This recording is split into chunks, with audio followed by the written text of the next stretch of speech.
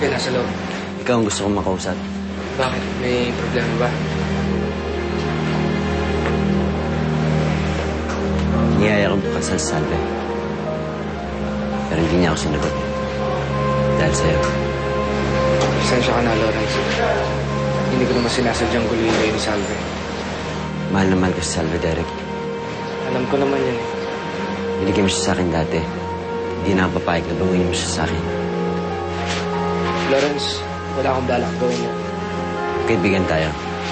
Nakikiusap ako sa'yo. Pabayaan mo na kami ni Salve.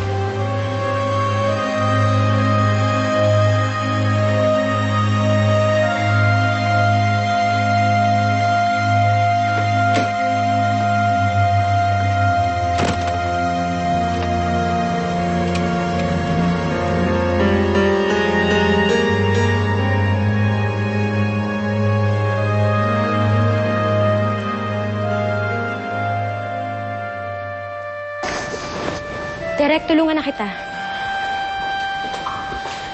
Hindi, okay na ako, Salve. Huwag mo na akong tulungan. Hindi, tutulungan na. Huwag mo na sabi akong tulungan eh. Kaya ko na sarili ko.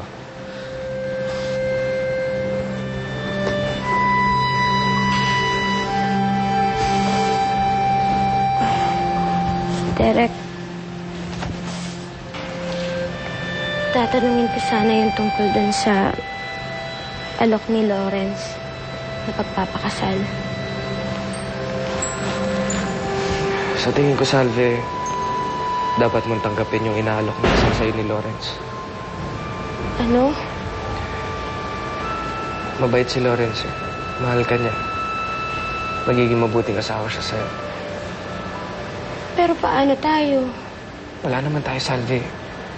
Di ba ikaw na rin yung nagsabi na si Lawrence ang boyfriend mo? Pero Derek...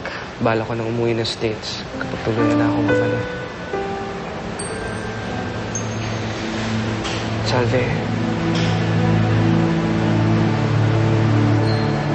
siguro mas mabuti para sa atin na tuluyan na natin kalimutan ng isa't isa.